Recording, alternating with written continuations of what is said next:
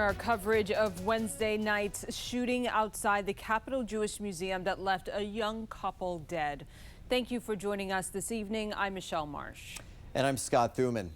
At a time when Yaron Lishinsky was planning to visit family in Israel and propose to his girlfriend, instead, his coffin was expected to arrive there today. Now his family and that of his girlfriend, Sarah Milgrim, are mourning their tragic loss rather than celebrating a new chapter in their lives. The FBI calls the anti-Semitic attack on the two Israeli embassy staffers an act of terror. 7 News reporter Rebecca Turco joins us live outside the museum where there's a growing memorial to Yaron and Sarah. Rebecca, you've seen mourners throughout the day there, right? Yes, people have been coming and going all throughout the day, leaving flowers and paying their respects. And there's also police in the area. That's something we're going to be seeing more of outside of houses of worship district-wide.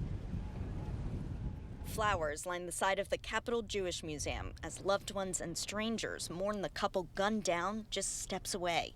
The museum put up this poster in memory of Yaron Lishinsky and Sarah Milgrim.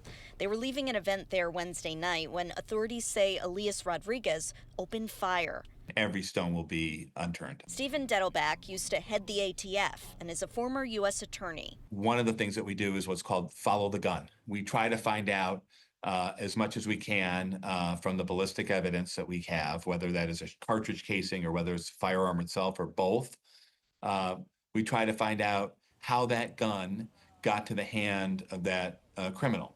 In this case, investigators recovered a handgun and 21 spent shell casings at the scene. Authorities say Rodriguez confessed to responding officers, saying he did it for Palestine. Free Palestine!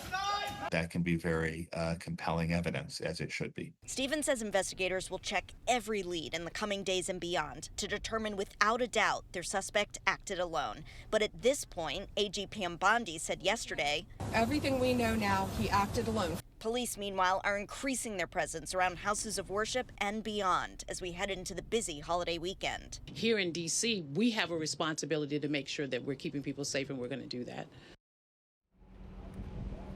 And Stephen says the suspect could face more charges as the investigation continues, depending on what else is discovered.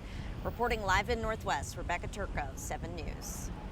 Now, according to the Anti-Defamation League, anti-Semitism incidents from harassment to assaults to vandalism continue soaring in America. They're up nearly 900% in just the last decade. Yeah, and these acts of hate also unfolding at alarming levels in the DMV. Our Jay Korf sat down with an expert on anti-Semitism in our region with more on what's being done to address it.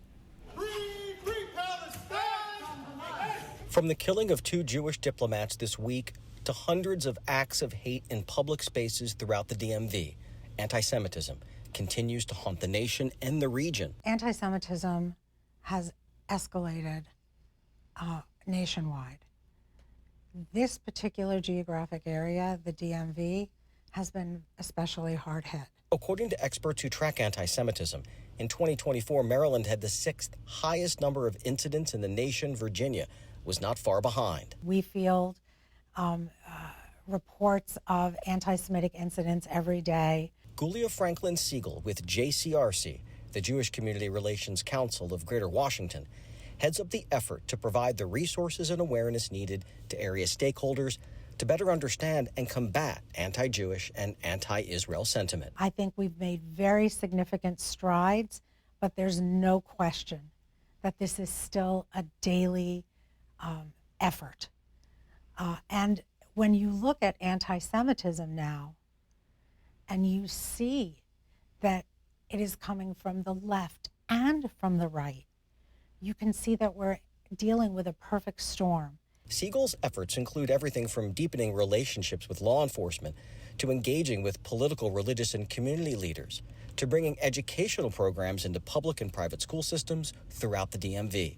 Anti-Semitic graffiti has littered area schools and synagogues for years. To educate, to bring anti-bias programs into the school, to bring Holocaust speakers into the school, and to empower Jewish teens to speak their own truth. And coming up on 7 News on your side at 6 o'clock, a rise in anti-Semitism since the October 7th Hamas attacks on Israel and the subsequent war raging.